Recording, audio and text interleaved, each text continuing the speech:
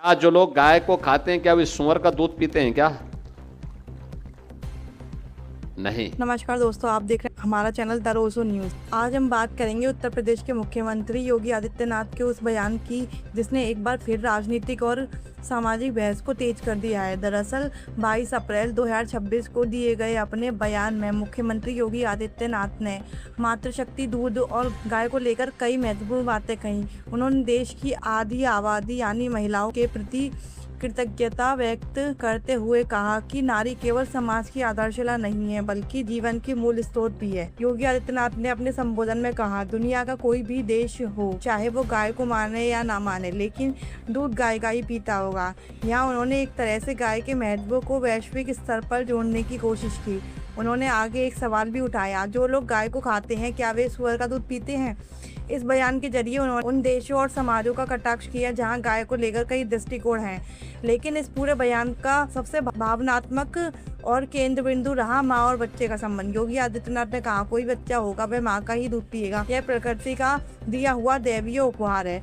यहाँ वे मातृत्व और एक दिव्य प्राकृतिक प्रक्रिया के रूप में प्रस्तुत करते हैं। उन्होंने इसे केवल एक जैविक प्रक्रिया नहीं बल्कि एक आध्यात्मिक और सांस्कृतिक विरासत के रूप में बताया। मुख्यमंत्री ने अपने बयान में समुद्र मंथन का भी जिक्र किया। उन्होंने कहा कि समुद्र मंथन से निकले हुए रत्न हमें मातृशक्ति के महत्व से जोड़ते हैं।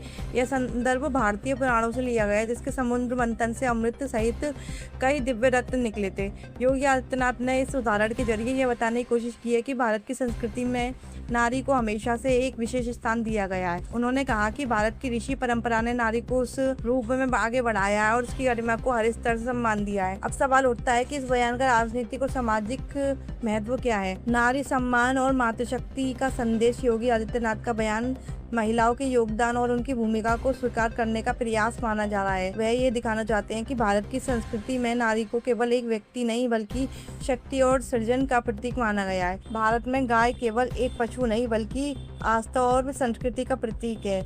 मुख्यमंत्री का यह बयान उसी भावना को मजबूत करता है और यह संदेश कि भारत में गाय का महत्व केवल धार्मिक नहीं बल्कि सामाजिक और आर्थिक भी है। जैसे ही यह बयान सामने आया, राजनीतिक गलियारों में चर्चा तेज हो गई। कुछ लोग इसे भारत संस्कृति की व्याख्या मान रहे हैं तो कुछ इसे एक विशेष विचारधारा का बढ़ावा देने के लिए बयान बता रहे हैं। सोशल मीडिया पर इस बयान को लेकर अलग प्रतिक्रियाएं देखने को मिल रही हैं। कुछ यूजर्स ने नारी सम्मान का सशक्त संदेश बताया तो कुछ ने सवाल उठाया कि इस तरह के बयान समाज को जोड़ते हैं या विभाजन पैदा करते हैं। अब बात करते हैं इस बयान के व्यापक प्रभाव की। भारत जैसे विविधता वाले देश में जहां अलग अलग धर्म, संस्कृति और विचारधाराएं ऐसे में अक्सर बहस का कारण बनते हैं, लेकिन यह भी सच है कि नारी का सम्मान, मातृत्व जैसे विषय हर समाज में महत्वपूर्ण माने जाते हैं। योगी आदित्यनाथ का यह बयान एक तरह जहां भारतीय परंपराओं का मूल्य सामने आता है, वहीं दूसरी तरफ आधुनिक समाज में मूल्यों की प्रासंगिकता पर भी सवाल खड़ा करता है। क्या आज के समय में हम नारी को उसी दृष्टि से देखते हैं जैसे हमारी परंपरा बताती है, या केवल भाषणों में नारी का सम्मान बता रहे हैं और जमीनी स्तर पर इसके लिए कोई ठोस कदम नहीं उठाए? ऐसे सवाल हैं, ये ऐसे सवाल है जिन पर समाज और सरकार दोनों को विचार करना चाहिए। अंत में यही कहा जा सकता है कि योगी आदित्यनाथ का ये बयान केवल एक राजनीतिक टिप्पणी नहीं बल्कि एक व्यापक सामाजिक और सांस्कृतिक संदेश देने की कोशिश है।